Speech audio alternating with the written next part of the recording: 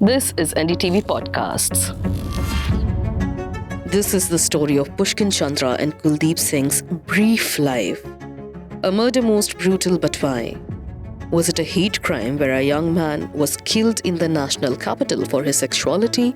Was it a robbery gone wrong at this rich man's house, as the police once thought? Or was it an affair gone wrong with jealousy driving the crime instead of greed and hate?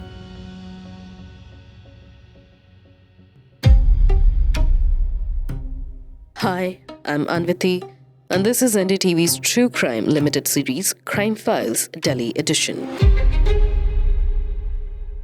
In this show, we will explore 3 cases from the turn of the century which shook the national capital, stories where passion and friendships and love turned to hate and later to crime, all in an era before the internet, social media, or well, even smartphones. Let me take you behind the scenes and hear it straight from the investigators and reporters.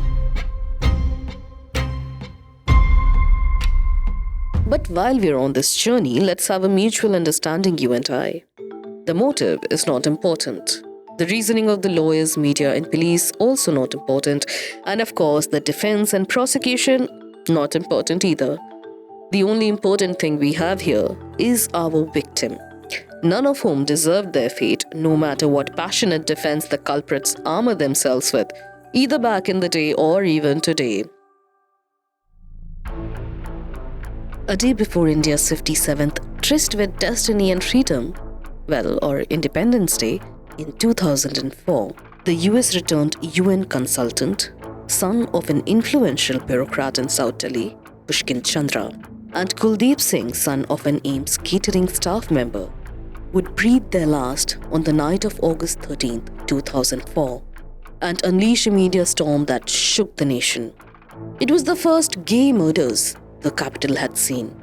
It was a crime so heinous that the courts would later declare there can never be justification for a murder so brutal. While the crime itself sent shivers down the spine of the family, police, and many others, the case also became a media spectacle, as the victim was an affluent and openly gay man, something very shocking at that time. It also shook many media persons as well and their audience and police personnel who in 2004 seemed to focus more on the victim's controversial, quote-unquote, lifestyle rather than the senseless and ghastly killing of 2 men inside the supposed safety of their own homes. One article in a Hindi magazine claimed Pushkin ko homosex ki aadat thi. Another very loudly claimed युवा लोगों में गे होने का चस्का बढ़ा जा रहा है.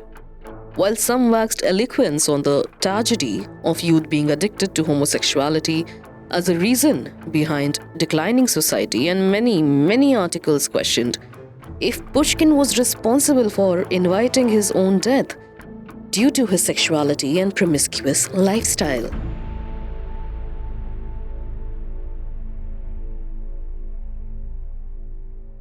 Chapter 1: The Crime Scene. Hari Ram had a long day ahead. He had to clean up the Chandra residence, which was a ground floor of a 3-story mansion in Anandalok Defence Colony. Luckily, the 2 upper floors were rented out. Retired IAS officer Anil Chandra occupied the ground floor with his wife, but Hari Ram's duties extended beyond the house. There was the younger son, Pushkin Chandra's studio apartment to clean as well. Once upon a time, there stood a meager servant's quarter, but now it was replaced with a multi-story structure where Pushkin occupied the ground and first floor as an office space and a studio apartment, and the top floor was a room for servants. Actually, Anil Chandra was a retired IAS officer from MP cadre, and he has got 2 children. And Pushkin Chandra, who's deceased in this case, was his younger son. And I would say that he was a little bit disconnected with the family because of he was having some different type of living in the annex. That was the voice of retired ACP Rajendra Singh, a famed police officer who played a key role in solving some of the most high-profile cases from the capital, from Bunty Chor to Nirbhaya. His characters were portrayed in shows and films like Oi Lucky Lucky Oi and Netflix's Delhi Crime. And yes, he was pivotal in solving the case we have at hand today, Pushkin Chandra double murder case. Pushkin Chandra, named so after a famous Russian playwright, Alexander Pushkin, was a US returned consultant working for US aid in India at the time. Of course, we have been hearing a lot about US aid in the news quite a bit earlier this year on account of President Donald Trump's decision to cut off fundings, but at that time, Pushkin enjoyed a lavish lifestyle on account of not only his high-paying job. Some reports claim he was earning anything between 80,000 to 1 lakh per month. Now again, this is 2004. He had that monthly salary from his USA job, and he also came from a rich family. He has done schooling from Doon School, then later Sri Ram College of Commerce. He did his BCom and then CA, and then he went to USA for further study, and he did there, I think, MBA from Ohio University, and he worked for some time there, and then he returned back to India, and he joined some US aid company. But despite his academic and career successes, which usually impress Indian families, Pushkin did not live inside his parents' 3-floor mansion. So he was a very educated person, but he was having some other style of living. So you can say later it was revealed that he was homosexual, and because of that activity, his parents were having him in the annexee. This was the police theory, at least, that Pushkin lived in an annexee built kind of like an outhouse on the Chandra property because his queer lifestyle did not align with that of his parents. In that annexee, Pushkin could really live. He could invite his friends or lovers and live his life freely without interacting with his family, but still they were on the same property and interactions did happen, often ending in disappointment for the family, as the police claim. Yes, it was in their knowledge, and the living style of that Pushkin Chandra was not very comfortable for the parents, yeah. The old servant Hariram, according to an old magazine from that time, claims he was concerned that Pushkin did not wake up even till noon. On the morning of August 14th, Anil Chandra sat down for a cup of tea and then breakfast when his servant informed him, "Sahab, chote sahab nahi uthe hain, safai ka samay ho gaya hai." The servant Hariram was talking about Pushkin, of course, the 39-year-old living in the annexee, on the same property but not in the same home. After taking a bite of food, Mr. Chandra dismissed his servant's concern because Pushkin was used to partying late and waking up late. Yet the servant's alarm would not abate. Already worried about the mountain of chores waiting for him for the day, Hariram did not want to wait for Chote Sahab to wake up. So once the Chandras had their breakfast and Hariram cleared it up, he trotted towards the annexee with a spare set of keys in his hand. Hariram could scarcely believe his eyes and control the shriek in his throat. In the flat on Pushkin's sofa was a man. Actually, scratch that. A dead body. Actually, scratch that. A brutally murdered, shockingly underdressed young boy stared at infinity with his dead eyes. And Hariram ran. There was one servant with the name of Hariram. Yes. He was working with Mr. Anil Chandra for several years, and he used to clean the house of Pushkin Chandra almost on daily basis. So he went to the house because he was having the key of that particular annex room where the, Pushkin Chandra used to put up. So he took that key, went there, opened the room, and he found there was total ransacking, blood spattered all over, and one body was seen, body with multiple stab injuries he had seen. So he cried and he came back hurriedly to Anil Chandra and told that somebody is lying on the floor there, and in order to recheck that incident, Anil Chandra along with Hare Ram, went back to the room and saw that there is something wrong in the house, and there was one body in the house. So he immediately took Hare Ram along with and directly reached to the police station. Instead of calling to the police, he himself preferred to reach to the police station, defense colony, and where Mr. Ranbir Singh, who was the IO investigating of this case, was available in the police station. He met him and described all the incident. He immediately, but he was also shocked that somebody with such a senior bureaucrat is coming to the police station. So he was also very, he was shocked to hear this much of news, and he immediately, hurriedly came to the spot along with one sub-inspector and one constables.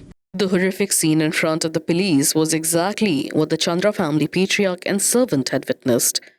But with the police here, Inspector Ranbir Singh of Defence Colony Police Station taking the lead, the next steps were quite different. Unlike Mr. Chandra and Hare Ram, police could not run back after witnessing this gut-wrenching crime scene. In the small living space, hardly 10 feet by 12 feet and very dim, the gore and metallic stench, smell of blood, seemed hauntingly exaggerated. In this moment, the investigators guessed there are at least a dozen stab wounds on the naked corpse. He wears a pair of boxers also splattered with blood. If not for the butchery, he could be a young boy who had fallen asleep on the sofa. He was facing the ceiling after all, and his right leg and arm were dangling off the couch. But there was a pool of blood near the sofa, reminding them that this was no asleep boy. The fabric of the sofa was covered in blood, and it was a literal blood bath. And then the wandering eyes of the police noticed things other than this carnage. A shelf just behind the body seems to be missing a few items. The door on the right end of the room appears to be locked, but the one on the left is possibly unlocked. One of the officers tried to open it, but it would not move. So they persisted and pushed and shoved, and finally the door creaked open, and there on the floor of the bathroom was another body. There were no clothes on the body. He was lying on the bare bathroom tiles surrounded by little puddles of blood, which oozed from multiple stab wounds and most prominently his throat, which was completely slashed. His legs are tied with a piece of clothing. His wrists are handcuffed above his head with what looks like a tie. Even as the first body lay there nameless, nobody there identified him. His identity was washed away in the pool of blood clotted near the corpse. The second body, police thought, would have had to be the room's owner, Pushkin. The other body looked even older, closer to Pushkin's age. Then came the heartbreaking task of inviting Mr. Chandra to the crime scene once again, and here he would be forced to witness a sight no parent would ever want to even imagine in their worst nightmares. Mr. Chandra took in a sharp breath in that bloody bathroom and said, "Yes, that's my son, Pushkin." As a distressed Mr. Chandra was led away, the latest discovery gave birth to a few theories to the police. Because two dead bodies were there, it was very likely that there must be some 2 or 3 at least persons. Otherwise, they would not be able to commit such a ghastly murder. Right. So 2 people or more committed the crime, but why and how? When we visited that place, so we thought that entry was friendly and the criminals are known to the deceased. That was the first thing we came to know. And then we saw that some things have been sussed out, means the area has been totally sussed and some items must have been taken away. Right. And when we confirmed this thing from the Mr. Anil Chandra, so he told that many of electronic gadgets are missing from the spot. Okay. So we found, and the cell phone of Pushkin was also missing from the spot. So we thought that something was in the mind of criminals that initially they murdered and they again robbed the article. So our first impression that some known persons has committed this robbery. Okay, so friendly entry and missing precious items. Did Pushkin unwittingly invite some robbers inside, or was there another angle? A crime of passion staged to look like a robbery gone wrong maybe? And once again, who was the stranger murdered so brutally in Pushkin's living room? Here was another theory. The killers were probably professionals or maybe fans of crime shows and movies. We tried to collect all those DNA and we collected all those DNA, but they were not matched. We tried to collect all those fingerprints from the spot. We just got 4 to 5 fingerprints from 2 tumblers and 1 beer bottle. So we were able to collect those transference from these 2 articles, but it appeared that the criminals were very clever and they had cleaned some portion in the room, right, where it was very likely to for the expert team that they could have collected all those fingerprints from those places, and those places were found to be cleaned nightly. So the killers, after committing their senseless crime, stayed back to ensure there was no evidence of their presence left in their absence. While the corpses of Pushkin and Kuldeep bled out a few feet from them, the culprits meticulously wiped fingerprints from everything they had touched inside the house. But they missed a beer bottle, which they had probably shared while Pushkin was still alive, or maybe had a toast after killing their victims. Is it possible to know who was killed first and who witnessed the other person's brutal murder? I think that it was night time, so he must have slept. Okay, possible. And slitting throat was not, he did not make any hue and cry, I believe so. So he may not be aware of the incident, what is going on inside the bathroom, because it was closed from inside. So he must have not heard that voices. So then he came out, they thought that he may be a good eyewitness to the incident. So it was, you can say that it was their compulsion to kill him. The police had to harp back once again on the identity of this nameless, very dead man in Pushkin's house. The police took the bodies for autopsy and then published the unidentified bodies' pictures in newspapers. Separately, another team started calling dozens of phone numbers found in a diary in Pushkin's room. They also went to collect some other evidence from the crime scene, which could give them a hint as to who the second victim might be. But the evidence was about to give this case a whole new angle, one leading the police closer towards a mean and motive. There are many materials which were found at the spot, and pornographic materials mostly. You could see that there were multiple photographs with porn materials and naked persons' photographs, and CDs were there, DVDs were there, and when we played all those articles, so we found that it is totally some group sex amongst gays were being done in this premises. In these various photo albums and CDs and DVDs, the police found a sneak peek into Pushkin's personal life. These did not look like purchased pornographic material from a local shop or the internet. Based on the background quality and other hints, the police deduced that these pornographic films were made right here at the crime scene. Over an extended period of time, the partners would change. In many of them, Pushkin would appear. In many of them, Pushkin would not be there. And it was now definite for the police that Pushkin was the one who shot or got these films shot about his sexual exploits or relations. Could the killings be a result of Pushkin's, let's say, obsession for filming his sexual partners? all these articles were collected from the Pushkins. This suggested that there were multiple articles which could suggest that some such type of group sex were being conducted at the house, either at the house or among us those persons who were in association with the Pushkin. So that was the first thing. So we thought that they may be known to Pushkin. So we first collected the details of the cell phone of the Pushkin Chandra. That was our first task. Digging around for clues in the hideous, bloody crime scene, one cop came across what looked like a personal diary. But the diary was rather mysterious.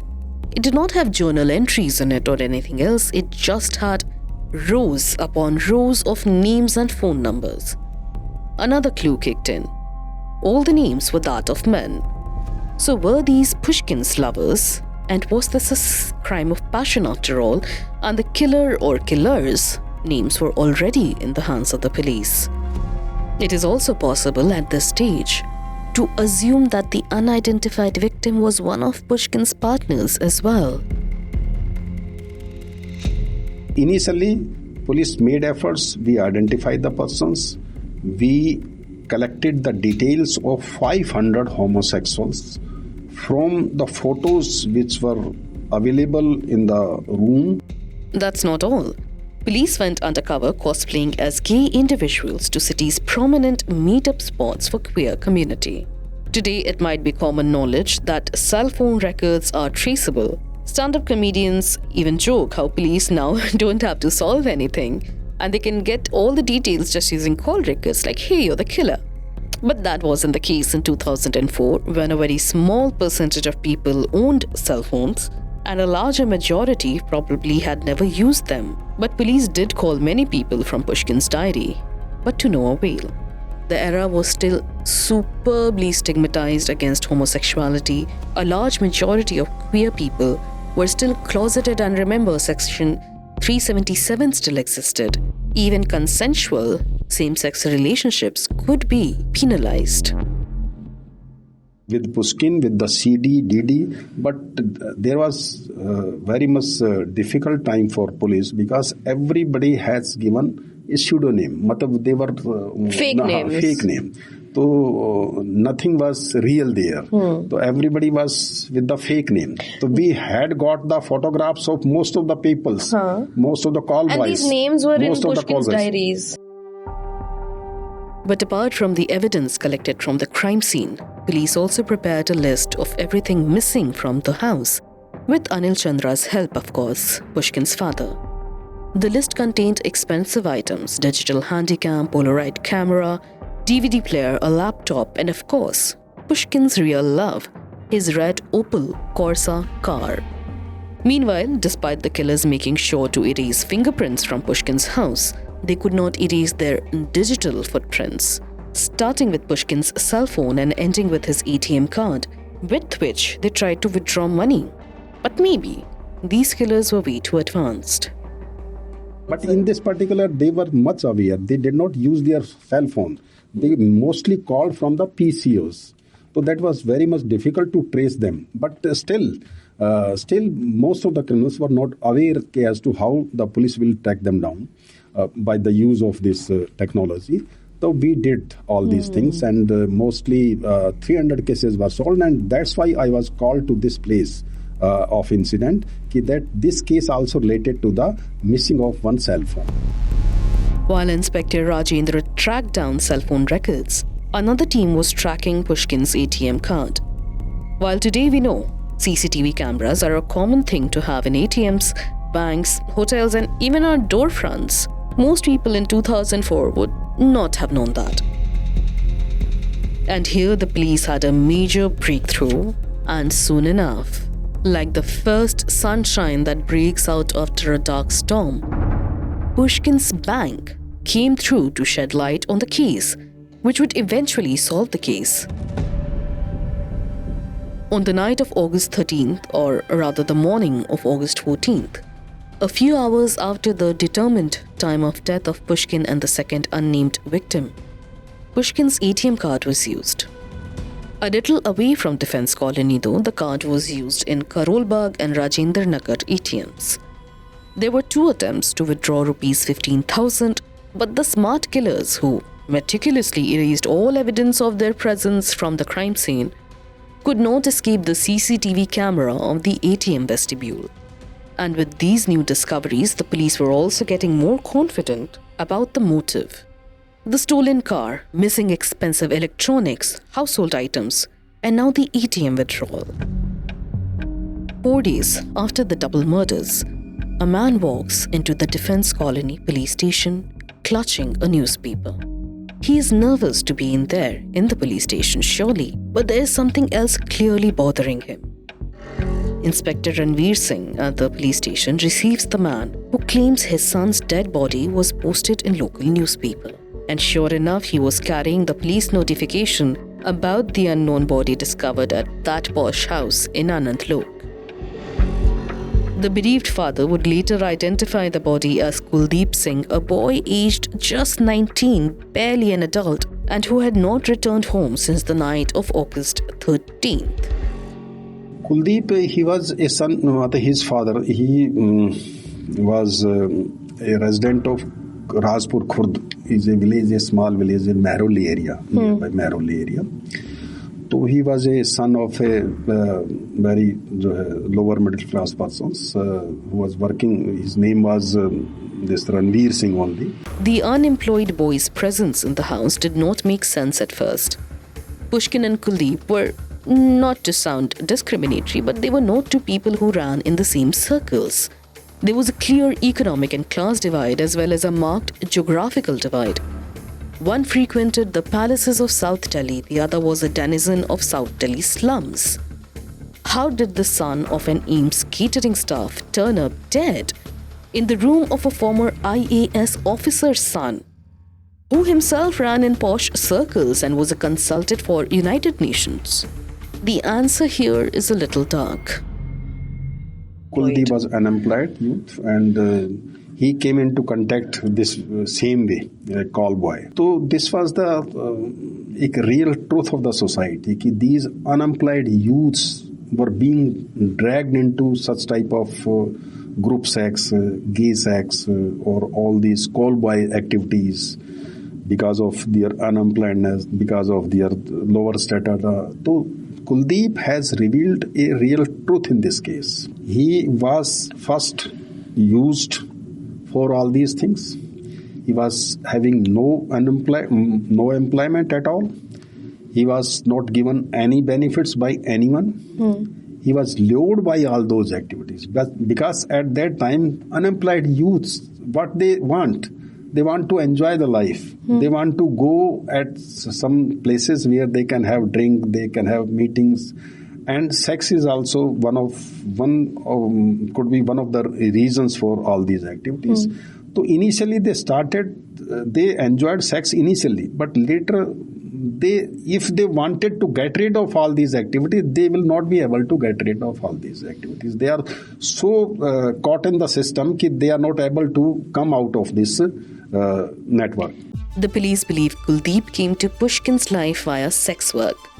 The exact day or even time cannot be confirmed for sure, but it was long enough that the police could theorize further, and it was appearing that Kuldeep and Pushkin met quite frequently and regularly. Such as, then the police scanned parts of the city which were known pickup points for sex workers. A police team was charged with the task of cosplaying as gay customers and trudging through dark alleys of Connaught Place. These dark alleys revealed a darker secret. Pushkin did frequent these spaces and he was also involved with sex workers. Kuldeep, who could have now become a regular partner of Pushkin, was once toiling in these alleys looking for clients as well. This development was massive. It was the biggest clue the police had which could remotely suggest a motive. The involvement of sex workers meant 2 things. A. It could be that Pushkin got involved with wrong kind of crowd and the murder was a result of someone's greed. B. Pushkin's involvement with multiple partners could have ticked off someone in Pushkin's intimate or romantic life, and this was a crime of passion. The latter was also a more likely option as the suspects had used Pushkin's ATM card after all, and that with the correct password. So it had to be someone who was closely trusted by Pushkin. And speaking of ATMs, many beat cops were tasked with tracking down the person who appeared in the blurry ATM picture. He wore a t-shirt and a cap. It would later be identified to the police that the t-shirt actually belonged to Pushkin. So the suspected killer of Pushkin had the audacity to wear Pushkin's t-shirt and then go to an ATM to withdraw Pushkin's money using his ATM card after his killing. The police had to go with the obvious guesses. The areas near the two ATMs where the suspects tried to withdraw money, and who can forget the most favored tool of investigators? Phone records. On the evening of his murder, Pushkin had received a phone call from a PCO located around Connaught Place. For the young ones, PCOs used to be the lifeline of Indian telephonic communications. It was very costly compared to today's phone habits and even landlines that were at homes. And yet, one could be found in every corner of the city. Pushkin's call record showed a high number of incoming calls from various PCOs located around Connaught Place and the ATM locations Karol Bagh and Rajendra Nagar. Another theory emerged. The calls could be connected to the suspects. Most people in Pushkin's life already had a cell phone. Remember, Pushkin was very privileged. And many of his calls came from identifiable contacts of various landlines in Indian offices as well as foreign locations. So armed with the ATM photographs and the locations related to the PCO, police launched a manhunt. Because now our murder suspect was residing in that area, because calls were being generated from the PCOs which were situated in that area, and CCTV footage was also made available from that area only. So that was the area where we have to work further. Anil Shukla Saab, me and some other guys reached to that place, and we called the meeting of 3 police stations. We physically went there, collected all the beat officers of the area, even SHO, everybody.